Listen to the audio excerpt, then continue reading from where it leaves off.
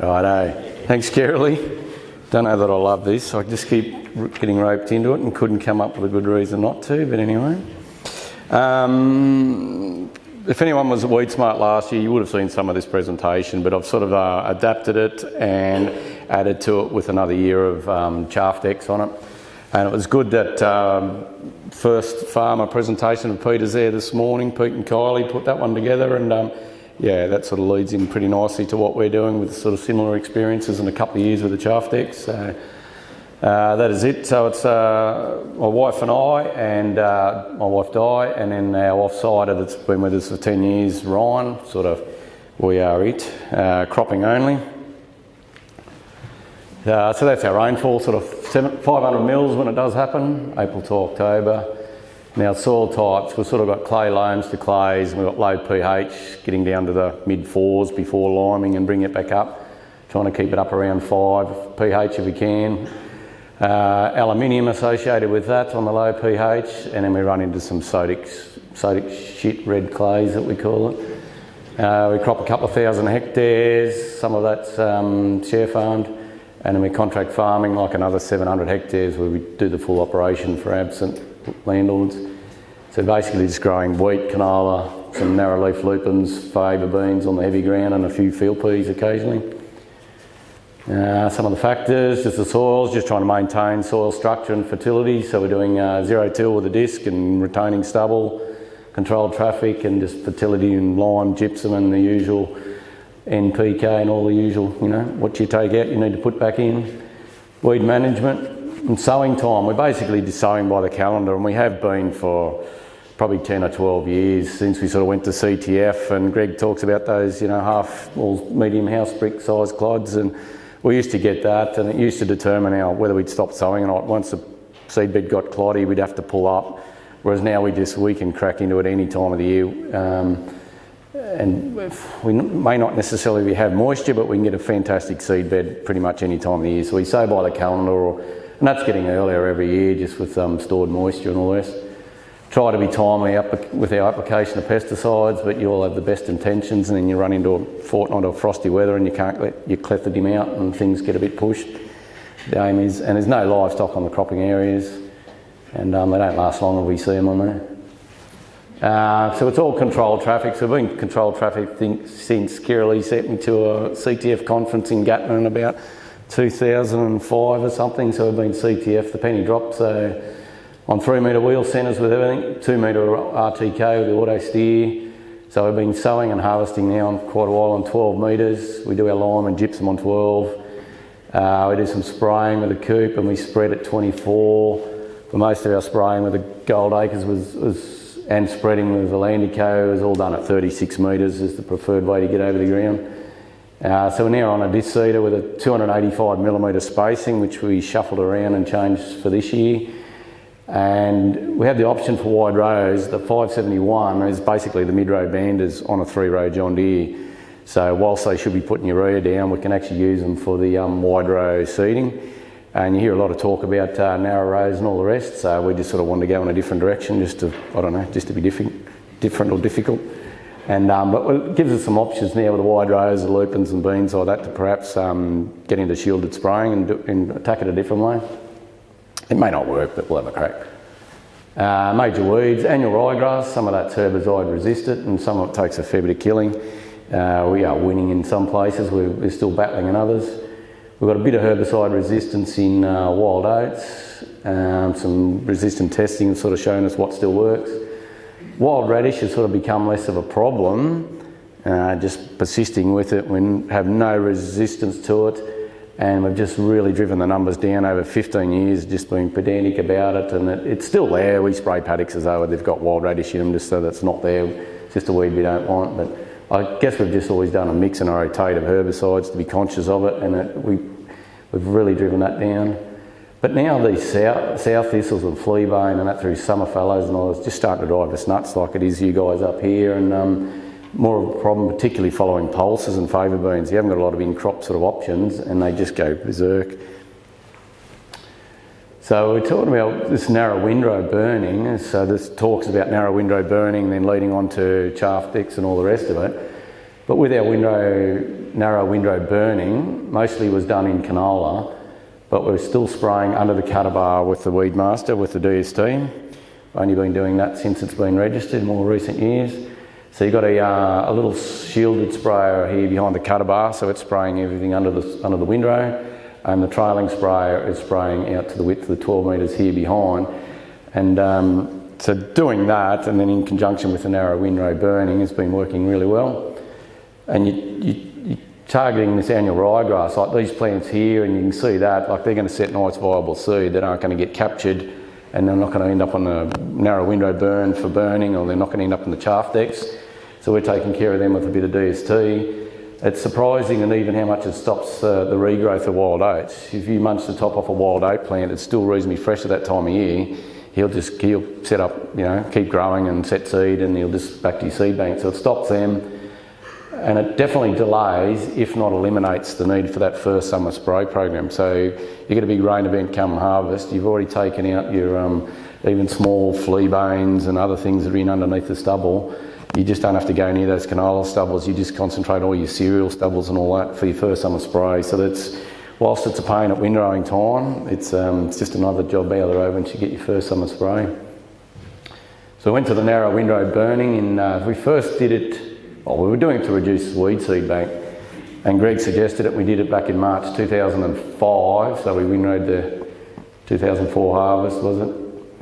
And it worked extremely well, but we went away for it for a while. We didn't need it, but then we came back to it and we narrowed it up with this shoot this shoot here on the back of the header in 2013.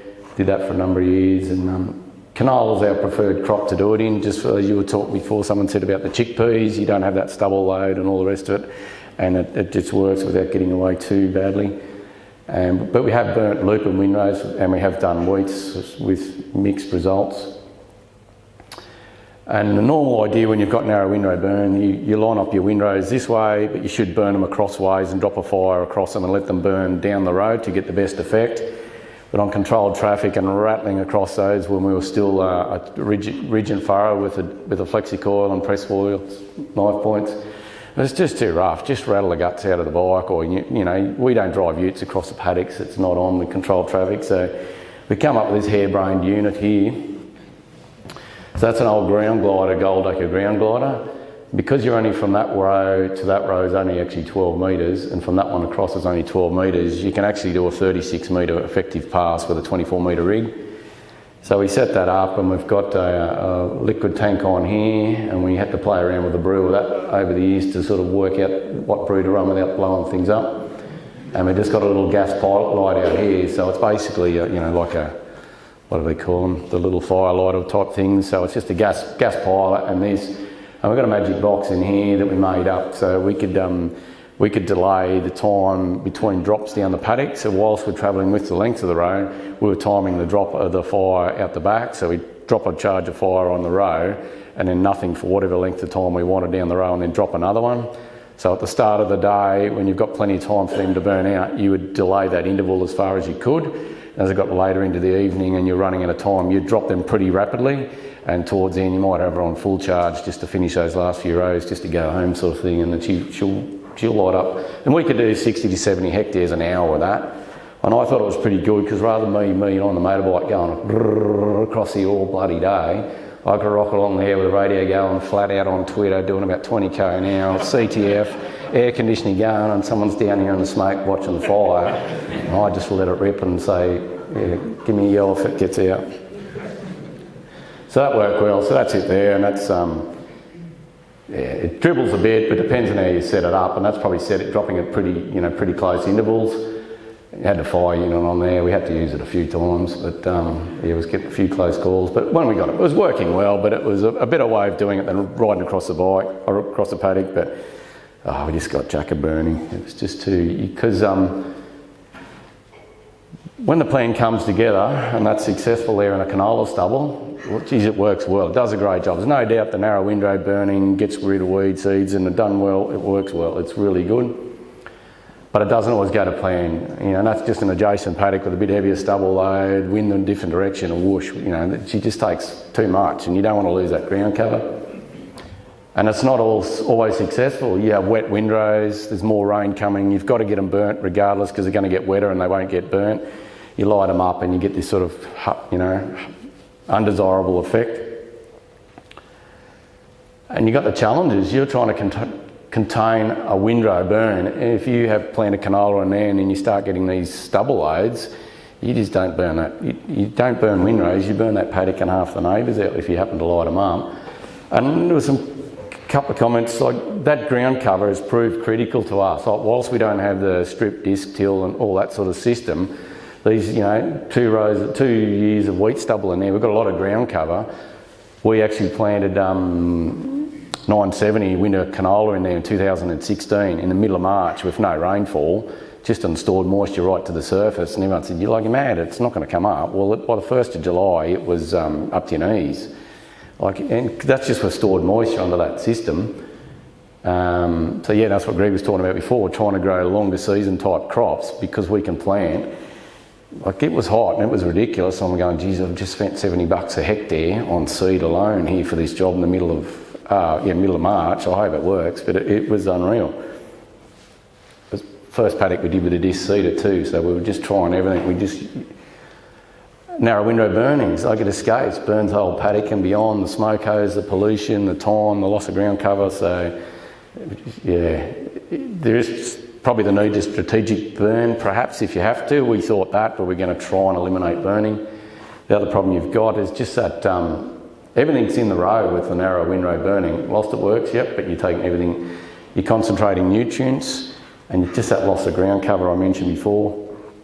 Same again, like, canola stubble, similar spot to where that windrowing spraying photo was taken. It wasn't a great crop, but ground's done a great job of burning. But you just got no ground cover, and if that's critical in a year to establish crop, that's the difference between establishing it and not. And so the eureka moment was when these guys, Greg and the Wheat Smart, sponsored me basically and took us over to Wheat Smart in WA, 2016 was it?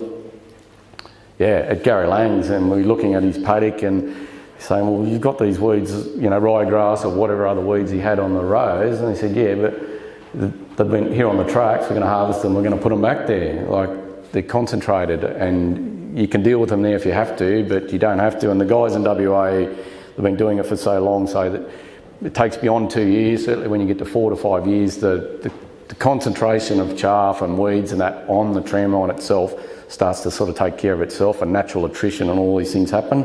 It just, the first year or two was like, geez, we've got some weeds here to contend with. So we came home that year and we put chaff decks on both the headers, sort of thing.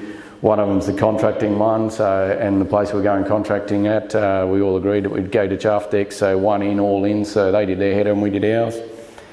And at the moment we're quite happy with that system. As you saw here this morning, basically there's the chaff, it's just coming across on that little mat and out there onto the tracks, and that's actually just got the little protective cover removed there just to make it so you can see a bit better. It's, yeah, a lot of residue there, like in canola, going back on those chaff lines, and then you can imagine a fair bit of that rots down or disappears, but then you dump another lot of crop on top of that the following year and a fair bit of that disappears. You start to build it up. You can see why, the guys that have been doing it for a while, you start to get a build-up of material there that starts to rot down and take care of itself a bit to a degree. Chaff deck. So you're dropping onto the tram lines, and that's loop and trash. So there's a considerable amount of chaff and pods and all that. Massive reduction in dust for us, especially on the lighter red country. Like, it just gets too dusty in that summer spraying. We just got virtually nil dust. Year two this year, we just sprayed regardless of how dry the surface was in the paddocks, and just nil dust. Like, it's just fantastic. So that helps, chemical efficacy behind the machine and that, so that's been a big thing. And we did a strategic burn last year, was it, on one farm. We had had a few problems, and we were worried about idiopathic effect with some loose strife and that to come back into canola on one particular farm after a wet year in 16, and we tried to burn that place, and we wanted to get a bit of trifluoride on, which was going to be our last chance on that farm. And we thought, this place just burned. It did a fantastic job, but there's not enough air in those chaff rows to burn, and they only smouldered. and we run the harrows over that on the CTF, just smudged the ash off so we could whack some trifluorine down, and all your weed seeds and all that would still be in there. So, and a few other people had that experience this year. They tried to burn. I said, well, we don't expect it to work, and it pretty much doesn't. And you don't really want to be doing that. We did it and it doesn't work. Come on, you got your weeds on your tram lines. This is a bit of, you won't believe this, but John Deere headers will chuck a little bit out the back. Like, you know, there's a little bit. I was just playing around with the same idea that, I've got to remember Peter's name's written on my hand, Peter. Peter was talking about this morning, like you start to get this little bit of growth here on the rows, we muck around with what we call weed lining. We go out and we just target that part of the paddock. And so that was me just experimenting. So we just wanted a reason not to burn anymore. So we took this wild gizmo and recommissioned it. So I got one nozzle on each of those tram lines and then one on each of these two out here. So I can spray effectively 36 metres in a pass. And with one nozzle on that system, we're only doing 8% of the area.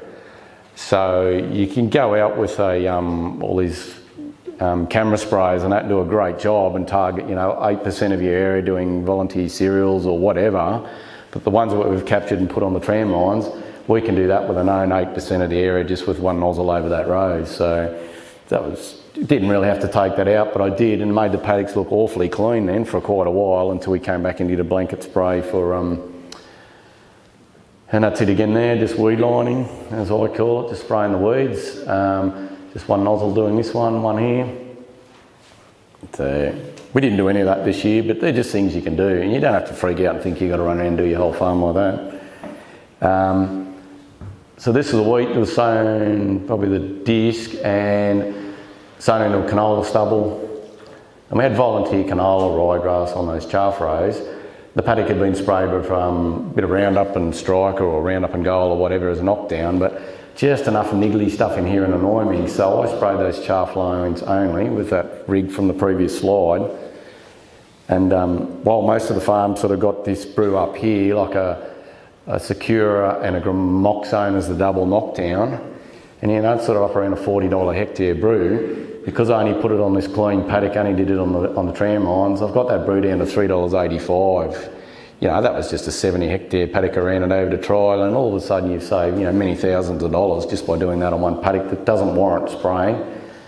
And this year we had a bit of an experiment.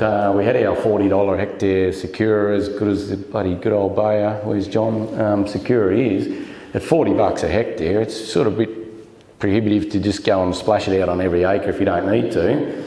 But we did, but there's no way you're going to come back and put $28 worth of box of gold over the top of that paddock. But I was happy to go in and put 2.5 litres on a few tram lines and a bit of experimental patches of bad ryegrass. I'm back to $2.30 a hectare, just treating those patches, because the harvest weed seed collection and the chaff decks have concentrated enough on the road to be a problem, but not enough to warrant putting $28 worth of box of gold on the rest of the paddock on top of Secura cost. So there's a bit of a freaky moment when you see that. So we knew that was coming because we had a blowout in a second year cereals in 2016.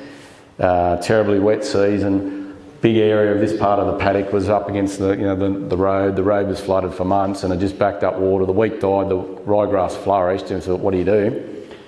So anyway, so we chaff decks, and that's just amazing how much you capture and place into these rows.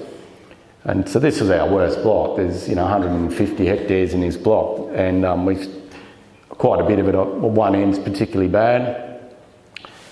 We're working on it. We're playing with it. So you come back to that'll look familiar, wouldn't it, Peter? So he's talking about these little nozzles. You can dial up with these. If you want to run just the one nozzle over a tram line, it's about 8%. If you need to run two on a 250mm spacing, it's only about 12.5% of your paddock. So you can do that, or if you've got the others, each one time you add one, just adds a bit of a percentage if you need to get the spread. And so that was the beans, and you get through the beans and whether these are late germinators, whether they're resistant, whether for whatever reason that they haven't worked, but then they get crop top with DSD pre-harvest as well. You come through to the following year, and that's almost an adjacent plot. That's this year, so it's gone into a double break, it's gone back to canola, still got plenty of ryegrass. but we're certainly reducing them. And the thing is, in both these slides, the reduction in number of weeds out here in the crop area is just significant, and we keep concentrating them here. And that's where I made the comments before, and there's data from Peter around it, that all these ryegrass plants don't at that density, especially the season gets a bit tough towards the end, they won't set the seed per plant in there to what he will happily growing out here. So if you can concentrate them in there and get them to outcompete each other, there's some numbers around that to suggest how much that's a benefit. So then I played around with the weed lining, the spray timing. So this is my timing one, and it was a clethodim and factor. Factor's a bit hot on the canola, and it really needs to go on at 4 leaf stage, and I was much earlier than that. I was a bit concerned, so I didn't do too much of that early time at 1 leaf ryegrass. Thought, well, you're going to get late germinations, that brew's too hot on the canola, but it has done a cracking job on that, because when you consider that's part of that sort of little trial strip, that was delayed, had no weed line sprayed at all. That was getting targeted with the blanket spray with clethodim. Well, that's too late, that's not going to work. That little strip there will probably get a dose of Roundup, because that's not going to die. That's just prior to getting the blanket spray. So you go to your timing one, far out, that's done a good job, but I was hesitant because of the timing, so delayed a bit. And by the time you get to 2 to 3 leaf ryegrass, they're harder to kill, and it's not that effective. And you've got plants in here that'll survive, and you've got later ones that are coming and all the rest of it. So it's surprising how early you can go and probably need to go on some of these spray jobs. And the tram lines, same paddock. They're a hostile environment, but then are they? Because we're noticing our tram lines are this little mulch, and this season when we had very low rainfall events, and we're getting 2, 3, 4 mil rainfall events, in this chaff and in this mulch, that seemed to accumulate, and seeds grew and germinated, and they grew there.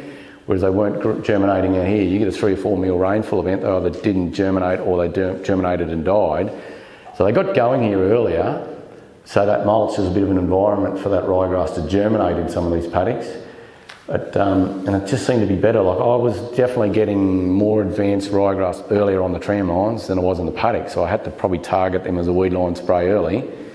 But out of 150 hectares, I probably ran the coop over 110 hectares and sprayed only or maybe 130 hectares, and actually applied only 13 hectares worth of chemical. So it looks pretty ugly, but in the scheme of things, you're not treating a very big area, and if it's an expensive brew, it's not so bad. But then there was a comment I made about hostile environment for the tram lines. Here's one that actually, an adjacent one, that actually gets all the wheel traffic. It's had a heap of summer sprays, it's had the knockdown spray and the cedar pass and all the rest. And see, that's just destroyed them, the ryegrass, seeds and weeds, and we're probably getting a bit of spreading effect from, they're coming off the boom and coming off the wheels and getting scattered about a bit. But so we are definitely damaging. Our tram lines are pretty hostile at times, and so that's why we're happy to drop weed seeds on them. Nearly finished. Bit of weed lining, so this was a volunteer canola in a paddock. We actually did the harvest in that paddock for this guy with the chaff decks on, and then he offered it to us as a share farm paddock, so we took it on.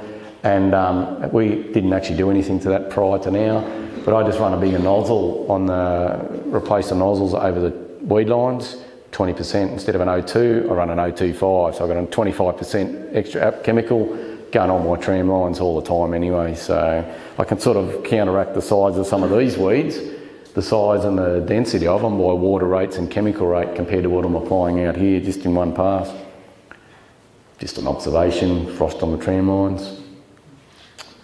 So it's an evolving system, so you never sort of stop looking, listening and asking questions, and asking questions. That thanks to the following twits, as we sort of refer to them on Twitter, for information. So you got the Guru, you got Lee Bryan in Victoria. If you don't follow him on Twitter, you're not on Twitter. Russell Zwar, he's just a quiet achiever, and he was one of the driver a lot of this stripper fronts and stubble retention, fantastic operator. Ben Ball, been in the tram line, chaff deck snap for a number of years over there, and he's pretty encouraging. And Trevor Syme, that's right into his CTF and all the rest of it. So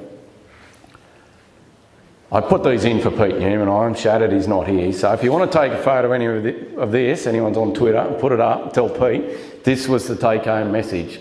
Wide rows are the go. Tell Pete that. It's yeah, he's not here to defend it, so let's rip it into him. So we're playing around with these Wonga lupins just to be different.